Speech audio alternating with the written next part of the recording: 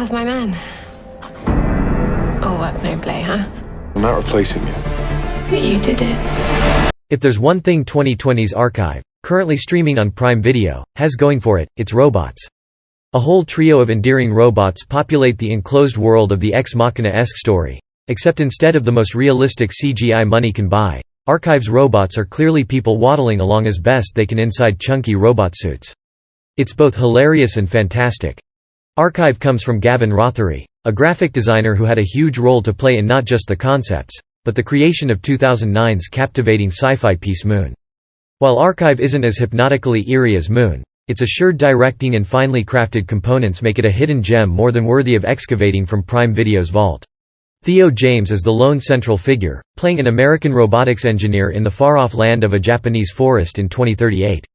He brings affable dad energy to a spaceship-esque work facility, where he's been tinkering with car-sized robot daughters, and is about to create a third and final fully grown realistic woman robot.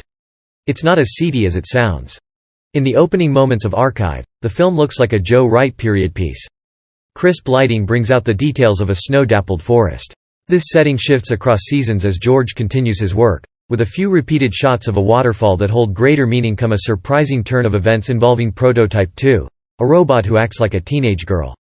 This robot plays multiple roles, including a villain, one you end up feeling incredibly sorry for.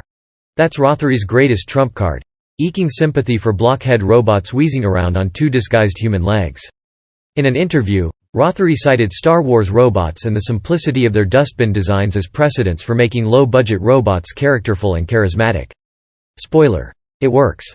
Aside from cute robots, Archive explores a familiar story already covered by the likes of Black Mirror. But it's the delivery that makes Archive impressive. It's a story about artificial intelligence, grief and loss that moves at a steady pace, but always keeps enough gears humming to hold your focus on the screen. Surprisingly, much of the tension simmers between the robots themselves. The two big story strands come together for the final third, almost in perfect unison. You're set up to anticipate the mystery of George's past unfurling into the light, while the consequences of tinkering with sentient robots arrive right on cue.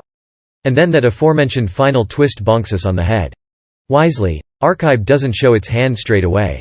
Details about George's work and intentions don't become clear until the final moments of the film, but we're given just enough pieces of the puzzle to form our own conclusions. Archive isn't totally original storytelling, but it's one of those neat, sci-fi packages that does everything well.